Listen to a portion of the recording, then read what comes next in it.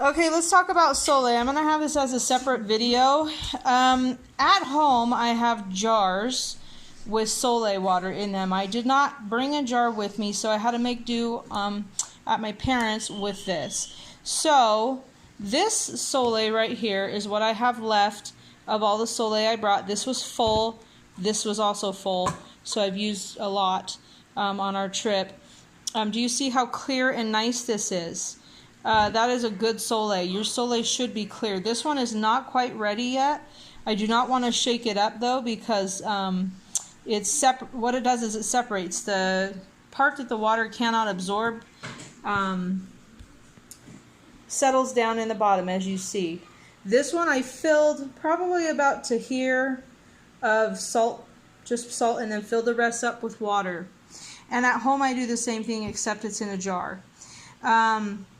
You have to be careful with metal, so you cannot use a metal lid. At home I have a plastic bag over the jar, and then I have my metal lid on top of it, and that has worked really well for the last year and a half. So yeah, you pour the water on this, you give it a good shake, and then you set it on the counter and you don't shake it, as you see on here. That's a little note for my parents, because they're not used to Sole. My kids are. So, not that they would do it, but you know, I was just being anal. This probably tomorrow or Saturday will be clear like this. And once it is clear, then you can pour the clear part, because the bottom will still be pink and dark. You pour the clear part into another bottle. I use these two bottles, and this one's nice and handy. I can bring it places with me. And then this one is just obviously big, so it's nice to have on hand. But it's so simple. Just get pink Himalayan salt. Let me real quick show you the bag I bought yesterday. Pink Himalayan salt. And pour it into the bottom of a container. You'll want a lot. Like I said, this one was pretty, there was a lot. I think it was like around here. Let me come in like this so you can see.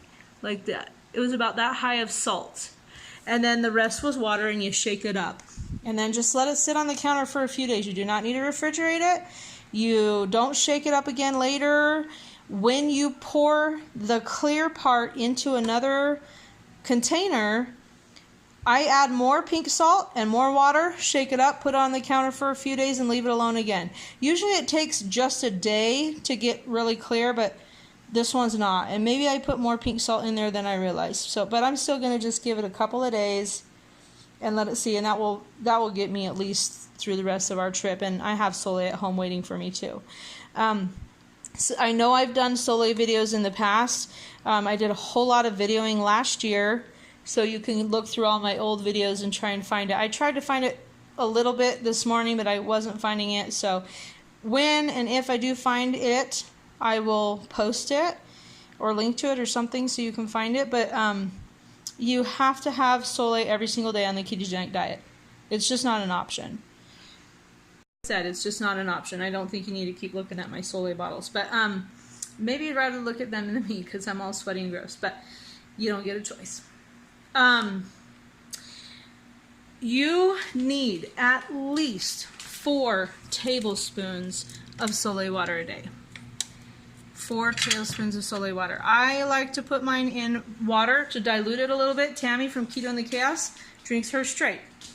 I can't do that. It is disgusting. I've tried it several times. I almost vomit. It like she said, it hurts a little bit. It does.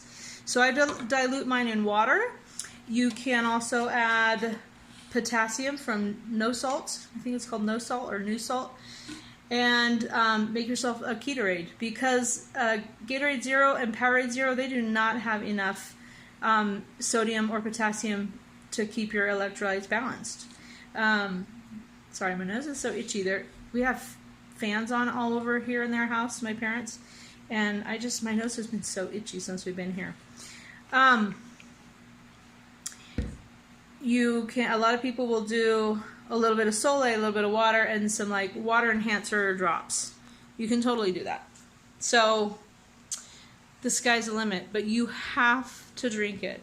I add my Soleil into Gatorade Zero sometimes, like especially if I'm going to be on a long hike, I'll do that. So just make sure you have at least 4 tablespoons. I'm just adding some Soleil into from my big bottle to my little bottle. So I don't know if you can see that.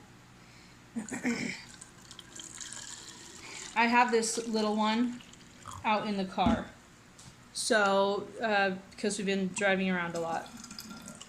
So I'm just going to have about this much. So it's just on hand. If I start getting a headache or feeling like garbage, and that's a big thing. When you're doing keto, especially in the beginning, you're going to have a headache. And if you have a headache, that's probably means you're not having enough Soleil water. So drink a lot. I have mentioned this before, but I'll mention it again. I often have about 5 to 8 tablespoons a day, and if I do really heavy duty exercise, more than that. I think the most I've ever done was like 10 tablespoons of Soleil water in a day. Nothing happened to me, so it's not dangerous, and I've been doing this for well over a year now. The other times I did keto in the last 4 years, I didn't do very good with Soleil, and I think that might have been part of the reason why I was constantly struggling and going off. But in the last year and a half, I have been very careful about my electrolytes, except for I did have a time period between the holidays and for a few months where I did not do well at all. So, but besides those, I've done very well with my electrolytes, and I like never feel sick, hardly. I can't even think of it. Every once in a while I might get a headache, but then I really quick pour myself some Soleil, and within a few minutes I'm fine.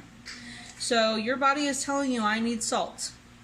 If you start feeling like garbage, it could also be telling you you need potassium and magnesium. Make sure you have enough potassium, which you usually can just get enough from your food, but you can do no salt. This is the one I do. Is it no salt? Yeah, no salt. I also take an over-the-counter potassium every single day, just one. I think it's like 99 milligrams or something. It's not very much, but I just take it just to be on the safe side. And in the morning I take, and I'm actually going to do a video on all the supplements I take. It's going to be for a keto reviews thing that's coming up in a couple weeks, but I will tell you quickly that I take magnesium malate in the morning. That's for energy. And I take magnesium bicarbonate, I think it's called. I probably was saying that wrong. At night, and it helps me calm down and fall asleep. So take good care of your body. You have to have Soleil. You have to have magnesium and potassium. Don't be afraid of the salt. It's not going to hurt you. It really isn't. When you're on a ketogenic diet, you need it. So if you have any questions about Soleil, please comment below. And someone asked me to video how I do Soleil. So if you have any other videos you would like to see or have any questions for me, go ahead and ask. I'm not like an expert, but I have been doing it for 4 years. I found out I was diabetic 4 years ago, so I have been learning and teaching myself about the keto way of life for a long time. So I do know some things, but I would love to answer any questions you have about how I do keto, doing keto as a diabetic, anything like that. I don't even know what questions people might have. So if you have a question, don't be shy to ask me. Or if there's a video you really want me to do, don't be shy about that either. I'm all for doing this. I do this to support myself and help myself keep going, but I also absolutely love helping other people and getting to know other people.